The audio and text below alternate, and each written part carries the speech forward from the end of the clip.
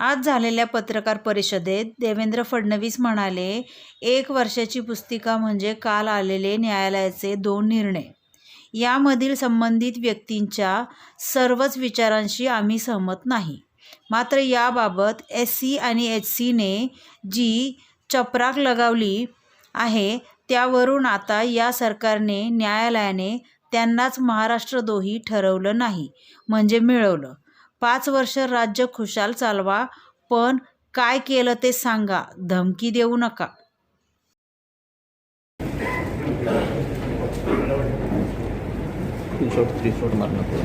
आपल्या सर्वांचे या पत्रकार परिषदेमध्ये मी स्वागत करतो. आज महात्मा ज्योतिबा फुले यांची पुण्यतिथी आहे. त्यांना मी विनम्र अभिवादन करतो.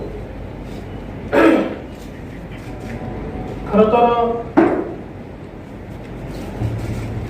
श्री उद्धवजी ठाकरे यांच्या नेतृत्वातील महाआघाडी सरकारला 1 वर्ष पूर्ण झालं आणि त्यांच्या 1 वर्षाच्या कामाची कार्यपुस्तिका ही म्हणजे काल आलेले न्यायालयाचे 2 निर्णय आहेत. खरं म्हणजे श्री अर्णव गोस्वामी असतील किंवा कंगना रणावत असतील, यांच्या सगळ्या विचारांशी आम्ही सहमत नाही. परंतु लोकशाहीमध्ये सरकार विरोधी विचार मांडल्यानंतर ते चिरडून टाकू या वृत्तीशी आम्ही बिलकुलच सहमत नाही. आणि ज्या प्रकारची चपराक या सरकारला काल सर्वोच्च न्यायालयाने आणि उच्च न्यायालयाने या ठिकाणी दिली आहे, यानंतर तरी हे सरकार जागं होईल का, की आता सर्वोच्च न्यायालय आणि उच्च न्यायालयाला देखील तुम्ही महाराष्ट्र विरोधी ठरवणार आहात, हा सवाल आता विचारण्याची आवश्यकता आहे. महाराष्ट्रद्रोही असं उच्च न्यायालय आणि सर्वोच्च न्यायालयाला या सरकारने ठरवलं नाही म्हणजे फार चांगलं झालं असं आम्ही समजू. आज आपण बघू शकतो की श्री अर्णव गोस्वामी यांच्या प्रकरणात अतिशय हार्ड हिटिंग अशा प्रकारचा निर्णय हा सर्वोच्च न्यायालयाने दिलाय. आणि त्यात सर्वोच्च न्यायालय म्हणतं, व्यक्ती स्वातंत्र्य ही संविधानातील अतिशय मौल्यवान बाब आहे. एखाद्या व्यक्तीची स्वतंत्रता ही एक दिवस जरी धोक्यात येत असेल तर ती अनेक दिवसांसाठी धोक्यात आली असे म्हणावे लागेल. या पुढचं महत्वाचं आहे. अर्णवला यासाठी लक्ष्य करण्यात आले की त्यांनी टीव्हीवर जी मते व्यक्त केली होती ती सरकारी यंत्रणेसाठी अडचणीची होती. फौजदारी कायदे हे कुठल्या व्यक्तीचा निवडून छळ करण्यासाठी शस्त्र म्हणून कधी वापरायचे नसतात. कायदा हा कुठल्याही व्यक्तीला लक्ष्य करण्यासाठी नसतो. या व्यतिरिक्त अनेक गोष्टी या ठिकाणी या निर्णयामध्ये दिलेल्या आहेत. या सरकारच्या कृतीला आणि सरकारच्या डोळ्यामध्ये झणझणीत अंजन घालणाऱ्या अशा प्रकारच्या या सगळ्या बाबी या ठिकाणी आपल्याला पाहायला मिळत आहे. दुसरं, कंगना रणावत यांचं जे प्रकरण आहे त्यामध्ये देखील महानगरपालिका आणि पर्यायाने राज्य सरकार आणि राज्य सरकारचे नेते यांच्यावर घणाघाती टीका ही या ठिकाणी करण्यात आली आहे. कंगनाच्या घराची तोडफोड करण्याची कृती ही अप्रामाणिक होती. त्यामागचा हेतू चांगला नव्हता. ही कारवाई सुनियोजित स्वरूपाची होती. तिचे ट्विट्स आणि वक्तव्य पाहून ती करण्यात आली. तिच्या घरात कारवाई करण्यात आलेली कारवाई ही अनधिकृत होती. तिला कोणताही कायदेशीर मार्ग वापरता येऊ नये हे सुनिश्चित करण्यात आले. मार्ग असा पत्करण्यात आला की तिच्याकडे कोणताही पर्याय राहू नये आणि जे काही आहे ते स्वीकारल्याशिवाय पर्याय असू नये, फेट अकम्प्ली असा शब्द वापरण्यात आलाय। एखाद्या व्यक्तीच्या मूलभूत हक्कांचा सन्मान न करण्याचा प्रयत्न अशीच महापालिकेची कारवाई म्हणता येईल। कंगनाला नोटीस जारी करण्यापासून ते बांधकाम पाडण्यापर्यंत संपूर्ण कारवाई अप्रामाणिक आणि अशुद्ध हेतूने होती। म्हणूनच अतिक्रमण पाडण्याचा मुंबई महापालिकेचा आदेश आम्ही रद्द करीत आहोत। श्री संजय राऊत यांची वागणूक एखाद्या संसद सदस्याला शोभून दिसणारी नाही।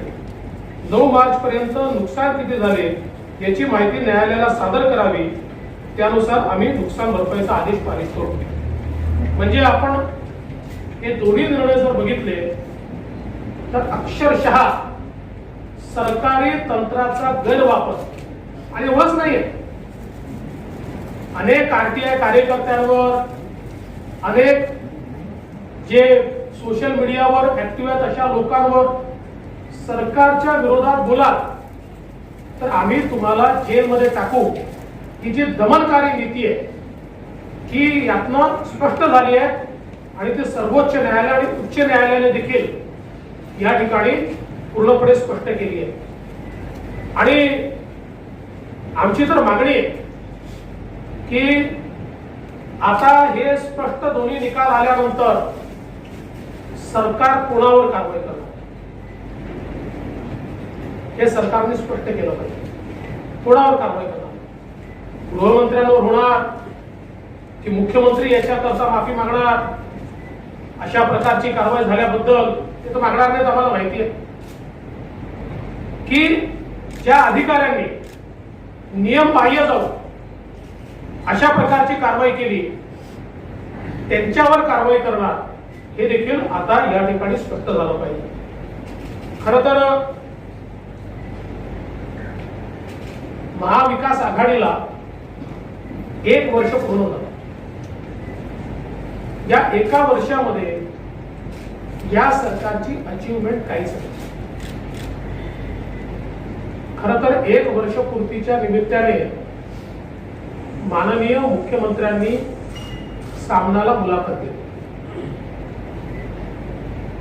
अपेक्षा अशी होती की वर्षपूर्तीच्या निमित्ताने मुलाखत असल्यामुळे एका वर्षात आम्ही काय केलं, आमच्या समोर काय अडचणी आल्या, आम्ही काय अचीव केलं, आता पुढची आमची दिशा काय आहे, कसा आम्ही विकास करणार आहोत, महाराष्ट्रातल्या दीन दलित गोरगरीब आदिवासी शेतकरी शेतमजूर महिला, महाराष्ट्रातली शहरं, महाराष्ट्रातला ग्रामीण भाग या सगळ्यांच्या बद्दल आमचं विजन काय, आम्हाला कुठे हा महाराष्ट्र न्यायचा आहे, काय नेमकं करायचं आहे या संदर्भात माननीय मुख्यमंत्र्यांच्या मुलाखतीमध्ये काही दिशा मिळेल अशा प्रकारची अपेक्षा होती।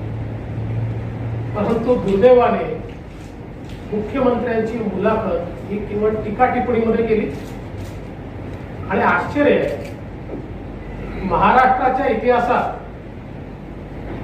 इतके धमकावणारे मुख्यमंत्री मी यापूर्वी पाहिले नव्हते। असं कधी होत नव्हतं। म्हणजे मुख्यमंत्री संयमी आहेत असं मी ऐकलं होतं आणि गेल्या 5 वर्षात अनुभवलो, पण मग ते दसऱ्याचं भाषण असो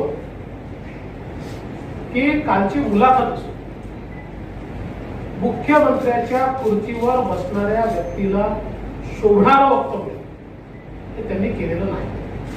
हे शोभणारं वक्तव्य नाही।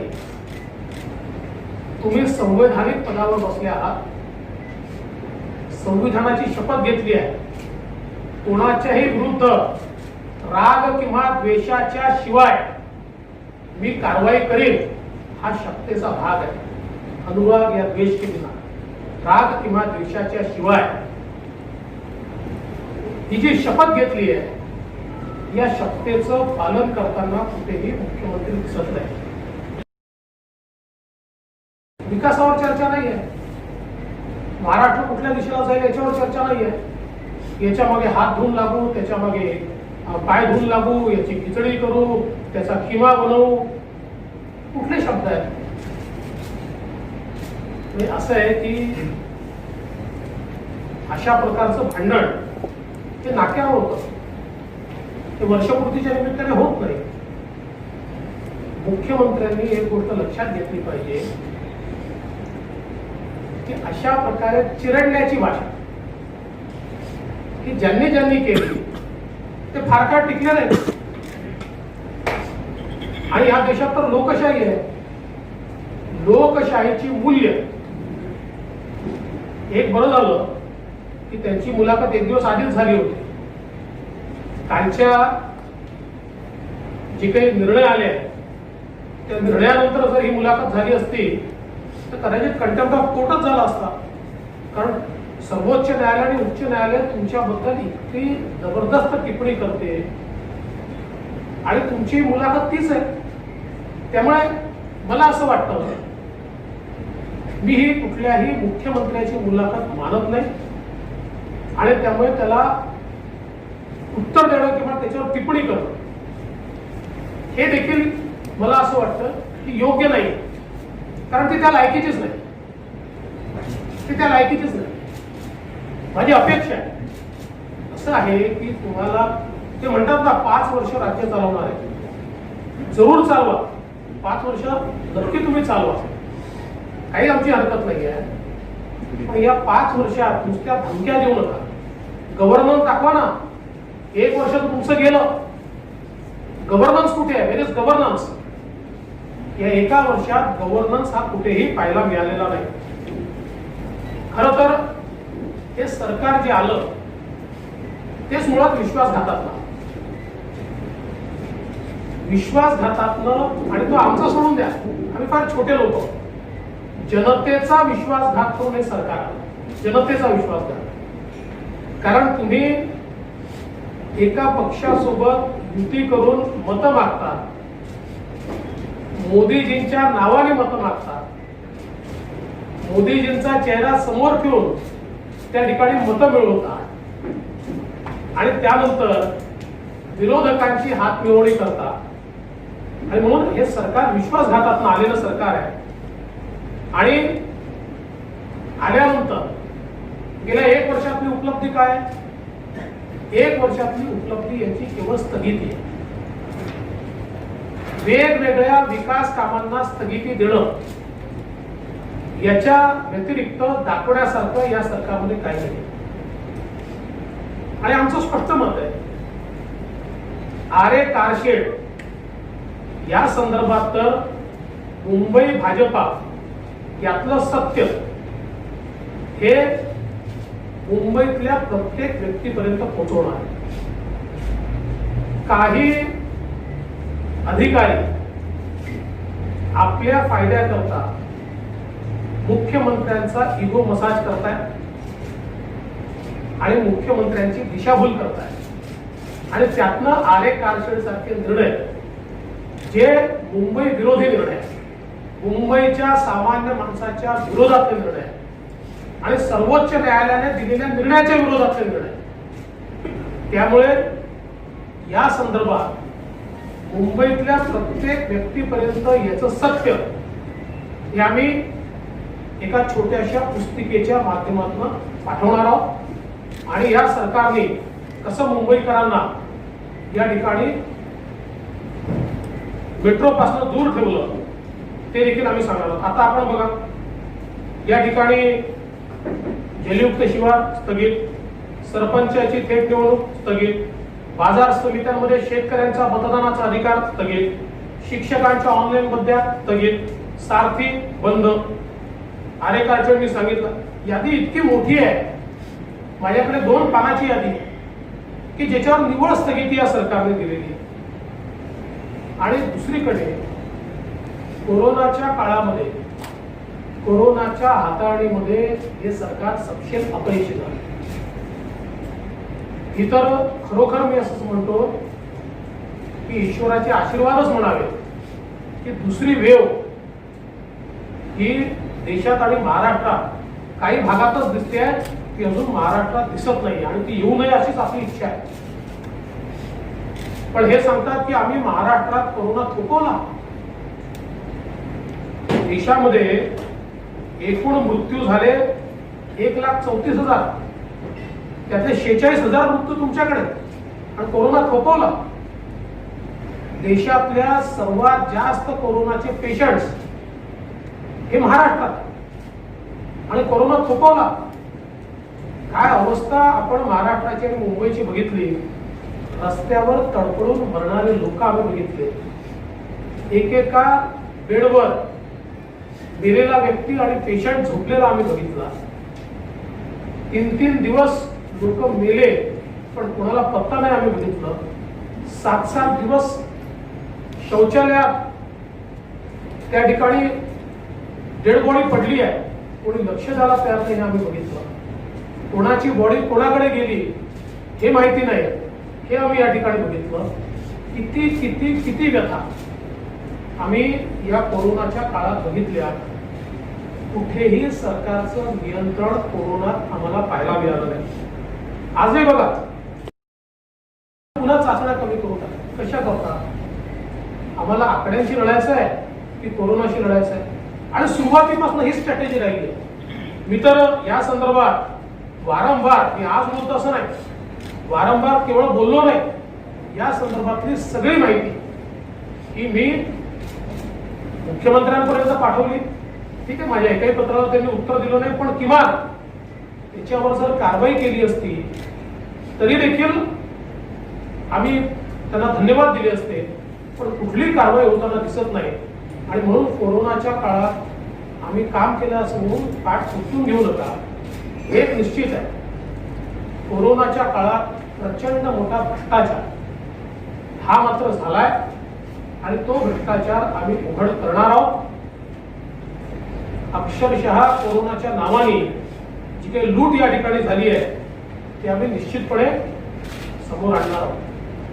आज आपण बघा, राज्यामध्ये गेल्या वर्षभरात शेतकऱ्यांसमोर प्रचंड प्रश्न. विदर्भामध्ये पूर आला, कोकणामध्ये निसर्ग चक्रीवादळ आलं, पश्चिम महाराष्ट्रामध्ये, मराठवाड्यात आणि उत्तर महाराष्ट्रात अतिवृष्टी झाली. महाराष्ट्रातल्या कानाकोपऱ्यातला शेतकरी पूर्ण उद्ध्वस्त झाला. वचनपूर्ती मुख्यमंत्री पदाकरता न दिलेलं वचन लक्षात आहे, पण शेतकऱ्याला आपण स्वतः बांधावर जाऊन दिलेलं वचन मात्र हे विसरले. 50,000 देऊ, 25,000 देऊ, दिलं होतं ना वचन. मुख्यमंत्री पदाचं वचन आम्हाला दिलं होतं, हे रोज सांगितलं, पण तुम्ही शेतकऱ्याला दिलेल्या वचनाचं काय, याचं उत्तर कोण देणार? आणि ते सोडून द्या, आजही तुम्ही मदत केलेली, तुम्ही जाहीर केलेली मदत देखील, तोकडी मदत देखील शेतकऱ्याला मिळालेली नाही. मी आता पुन्हा जवळजवळ अर्ध्या महाराष्ट्राचा दौरा करून आलो. या पदवीधर मतदारसंघाच्या निवडणुकीच्या आणि इतर अनुषंगाने विदर्भापासनं, मराठवाड्यापासनं तर पश्चिम महाराष्ट्रापर्यंत सगळा दौरा मी केला, आणि सगळीकडे एकच प्रश्न मी विचारत होतो, मदत मिळाली का? कुठेही मदत मिळालेली नाही, कुठे.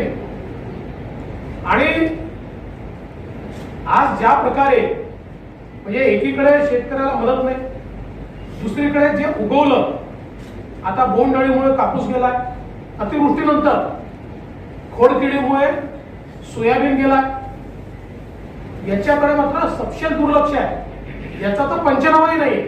म्हणजे पावसानंतर हे जे काही कापूस आणि सोयाबीन गेलाय त्याचा पंचनामाही नाही. आमची मागणी आहे, धानाच्या शेतकऱ्याला बोनसची घोषणा आधी आम्ही स्वागत करतो, आम्हाला आनंद आहे, पण त्याच वेळी हा जो कापसाचा शेतकरी आहे, सोयाबीनचा शेतकरी आहे, ज्याला अक्षरशः आज रस्त्यावर येण्याची त्याची परिस्थिती झाली आहे, त्यालाही तात्काळ सरकारने बोनस घोषित केला पाहिजे, मदत घोषित केली पाहिजे, आणि त्याला सावरलं पाहिजे. एवढंच नाही, माननीय मुख्यमंत्र्यांनी घोषणा केली, पिकेल ते विकेल. जे पिकलंच नाही, पण जे पिकलं तेही विकायची व्यवस्था नाही. म्हणजे जो कापूस राहिला त्याच्या खरेदीची व्यवस्था नाहीये, सोयाबीनच्या खरेदीची व्यवस्था नाहीये, मागच्याही खरीप आणि रबीची खरेदी हे सरकार करू शकलं नाही. आताही कुठलीही खरेदीची व्यवस्था या सरकारने केलेली नाही। आणि जे कोरोनाच्या काळात छोटे छोटे घटक आहेत, 12 बलुतेदार आहेत, फुटपाथ दुकानदार आहेत, ऑटो रिक्षा टॅक्सीवाले आहेत, वेगवेगळे कामं करणारे आहेत, या कोणाही करता एका नव्या पैशाचं पॅकेज या सरकारने दिलेलं नाही, कोणालाही मदत केली नाही। कोरोनाच्या काळात या सरकारच्या वतीनं कोणालाही कुठलीही मदत झाल्याचं आपल्याला पाहायला मिळालं। या सरकारने अभूतपूर्व घोळ घातला। केवळ 2 आरक्षण उच्च न्यायालयात टिकली, अनेक राज्यांनी आरक्षण दिली, पण ती सगळी उच्च न्यायालयामध्ये त्या ठिकाणी आरक्षण स्थगित झाली। 2च आरक्षण, एक तमिळनाडूचं आणि दुसरं महाराष्ट्रातलं, की ज्याला उच्च न्यायालयाने वैध ठरवलं। उच्च न्यायालयातनं तमिळनाडूचं आरक्षण हे सर्वोच्च न्यायालयात गेलं, त्या ठिकाणी त्यांनी ते घटनापीठाकडे पाठवलं, कुठली स्थगिती दिली नाही। महाराष्ट्राचं आरक्षण मात्र घटनापीठाकडे पाठवताना त्याच्यावर स्थगिती देण्यात आली। आणि पहिल्या दिवशीपासून, म्हणजे ज्यावेळेस त्या ठिकाणी सर्वोच्च न्यायालयात केस गेली, पहिल्याच दिवशी यांचे वकील सांगतात आमच्याकडे कुठली माहिती आलेली आहे, त्यामुळे आम्ही आर्ग्युमेंट करू शकतो, कुठलाही समन्वय आम्हाला पाहायला मिळाला नाही। आजही आपण बघितलं, प्रवेशाचे इतके घोळ झाले, स्थगिती काढण्याकरता या सरकारनं माहिती असून एक तत्व आहे की ज्यांनी स्थगिती देऊन ज्या पीठाने घटनापीठाकडे पाठवण्याचा निर्णय केला आहे त्यांच्या पुढे स्थगिती उचलण्याकरता जाता येत नाही, त्यांना तो अधिकार नाही। हे माहिती असताना त्यांच्या पुढेच अर्ज केला, 1 महिना वाट पाहिली, आणि मग लागण्याच्या 1 दिवस आधी यांनी स्टेटमेंट केलं की यांच्या पुढे आम्हाला मंजूर नाही, आणि मंजूर नाही का त्यांना अधिकारच नाहीये। आणि आताही घटनापीठाच्या संदर्भात कुठेही सरकार गंभीर दिसत नाही, कुठलाही सरकारचा प्रयत्न दिसत नाही, केवळ वेळ काढू धोरण आहे। आणि दुर्दैवाने पुन्हा सांगतो, आम्ही तर ज्यावेळेस मराठा आरक्षणाचा कायदा केला, त्या कायद्यात आम्ही ओबीसी आरक्षणाला कायदेशीर संरक्षण दिलं। त्यामुळे या राज्यामध्ये ओबीसी आरक्षणाला राज्याच्या विधानसभेने त्या कायद्याच्या माध्यमातून पूर्णपणे संरक्षण दिलं आहे। अशा परिस्थितीत सत्ता पक्षातलेच काही नेते या बाजूने आणि त्या बाजूने जाणीवपूर्वक या ठिकाणी स्टेटमेंट्स देऊन मराठा समाज आणि ओबीसी समाजाला अमोरासमोर आणण्याचा प्रयत्न, ओबीसी समाजामध्ये घबराट तयार करण्याचा प्रयत्न, कुठल्याही परिस्थितीत ओबीसी समाजाच्या आरक्षणाला धक्का लागू शकत नाही, तो कोणी सहन देखील करणार नाही। पण सत्ता पक्षात नाही होत आहे याचा अर्थ नेमका काय आहे? आपल्या ज्या असफलता आहे, आपले जे फेलियर्स आहेत, हे लपवण्याकरता अशा प्रकारची नीती करणं हे योग्य नाहीये। यातनं महाराष्ट्रात समाज एकमेकाच्या समोर येत आहेत आणि महाराष्ट्रामध्ये त्यातनं अतिशय चुकीची अशा प्रकारची परिस्थिती आपल्याला या ठिकाणी पाहायला मिळते। आणि जे काही अतिवृष्टी आता पाऊस झाला, 3 वेळा निवेदन पाठवून सुद्धा अजून केंद्राचा प्रोत्साहन झाला नाहीये, केंद्राने अजून मदत दिली नाही, यावर आपण काय म्हणणार? माझी आपल्याला विनंती आहे की पत्रकारांनी देखील पूर्ण माहिती घेऊन त्या ठिकाणी म्हणजे माझा तुमच्यावर काही दोष नाही आहे, पण सरकारच्या वतीनं जे सांगितलं होतं ते सत्य नाही आहे। सरकारच्या वतीनं हे पत्र पाठवतात, पत्र नाही पाठवावं लागत, मेमोरँडम जावं लागतं, आणि मेमोरँडम गेल्यानंतर तुम्हाला त्या ठिकाणी मदत मिळते। त्यामुळे इथे ज्या मंत्र्याच्या मनात येईल तो ते बोलतो, आणि दुर्दैवाने तेच दाखवलं जातं। कोणी क्रॉस क्वेश्चन विचारत नाही, दाखवा तुमचं मेमोरँडम कितीचं गेलाय, ते कधी गेलाय, ते कसं तुम्ही पाठवलं, याबद्दल कधी कोणी विचारत नाही। केंद्र सरकार निश्चितपणे मदत करेल। आणि मी सांगितलं, मी यापूर्वी आकडेवारी दिली की काँग्रेस राष्ट्रवादीच्या युपीएच्या काळामध्ये महाराष्ट्राला किती मदत मिळाली नॅचरल कॅलॅमिटीमध्ये, आणि 5 वर्षात मोदी सरकारच्या काळात किती मिळाली याची आकडेवारीच मी दिली आहे, त्या काळाच्या दुप्पट आहे। आणि आताही जेव्हा जेव्हा महाराष्ट्र अडचणीत येते, परंतु सगळं माहिती असताना केंद्र सरकार कशी मदत करते, केंद्र सरकार किती मदत, त्यावेळेस तर माननीय पवार साहेब होते ना त्या कमिटीमध्ये, तरी तेवढीच मदत मिळत होती. त्यावेळेस काय भरमसाठ मदत आपण मागितली तेवढी मदत 17,000 कोटी मागितले होते यांनी, 1,000 कोटी मिळाले नव्हते.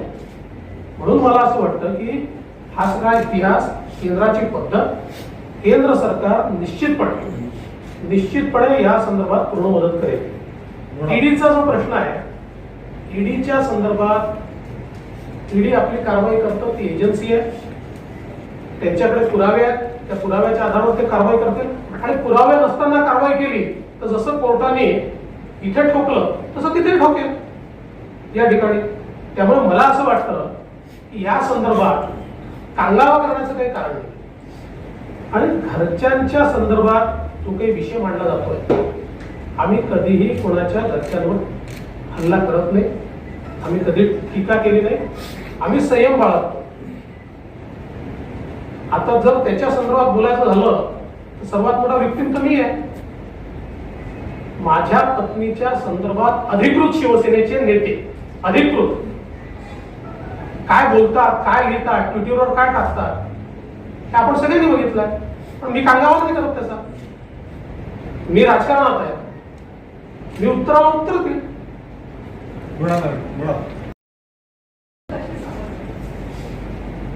ते कितीही एकत्र आले तरी शेवटी जनतेला या ठिकाणी त्यांचं सरकार कसं चाललंय हे जनतेने बघितलेलं आहे. त्यामुळे राजकारणामध्ये एक अड एक दोनच होतात असं नाही. राजकारणात एक अड एक शून्य देखील होतं, एक अड एक 11 होतं. त्यामुळे हे किती एकत्रित आले, एक तर मनाने एकत्रित येऊ शकत नाही, त्यांचं पक्षाच्या अंतर्गतच एकत्रित येऊ शकत नाही. आता तुम्ही बघा, पुणे शिक्षक मतदारसंघ हा काँग्रेसकडे गेला, अख्खी राष्ट्रवादी जुन्या उमेदवाराच्या पाठीशी आहे. तीच परिस्थिती इतर ठिकाणी देखील आहे. त्यामुळे हे अनैसर्गिक युती आहे, नैसर्गिक युती नाही. त्यामुळे एकत्रित येऊ शकत नाही. पण आम्हाला एका गोष्टीचा आनंद आहे की भारतीय जनता पक्षाची दहशत यांच्या मनात आता इतकी तयार झाली की हे लोकल बॉडीच्या निवडणुका देखील एकत्रित लढण्याच्या गोष्टी करून राहिले. आमची शक्ती वाढते. दिनेश हिंदुत्व आता बदलले, एकंदरीत शिवसेनेची आतापर्यंतची भूमिका आणि या सगळ्या संदर्भात कसं बघताय? भाजपचं हिंदुत्व बदललेलं नाही, तुम्ही हिंदुत्व सोडलंय. आणि काय शब्द आहे हो? हिंदुत्व का धोतर आहे का सोडण्याकरता? असं हिंदुत्वाबद्दल बोलू शकता? आणि मग हिंदुत्व जर धमन्यांमध्ये वाहतं तर स्वातंत्र्यवीर सावरकरांना रोज शिव्या देणारे आणि तुमच्या सत्तेत असताना या महाराष्ट्रामध्ये त्यांच्या विरुद्ध लिहून अतिशय खालच्या स्तरात त्यांच्याबद्दल लिखाण करणारे त्यांच्या मांडीला मांडी लावून बसताय. हे तुमच्या धमन्यातलं हिंदुत्व. गुपकर सोबत जी काँग्रेस गेली त्या ठिकाणी काय त्यांचा अजेंडा आहे? चीनच्या मदतीने आम्ही पुन्हा एकदा भारतामध्ये 370 काश्मीरला लागू करू आणि भारताचा तिरंगा झेंडा लागू देणार नाही, काश्मीरचा झेंडा लागला पाहिजे, हा ज्यांचा अजेंडा आहे. त्यांच्यासोबत मांडीला मांडी लावून बसताय, आम्हाला हिंदुत्व शिकवता. कसलं हिंदुत्व आहे तुमचं? हिंदुत्व तुम्ही सोडलाय.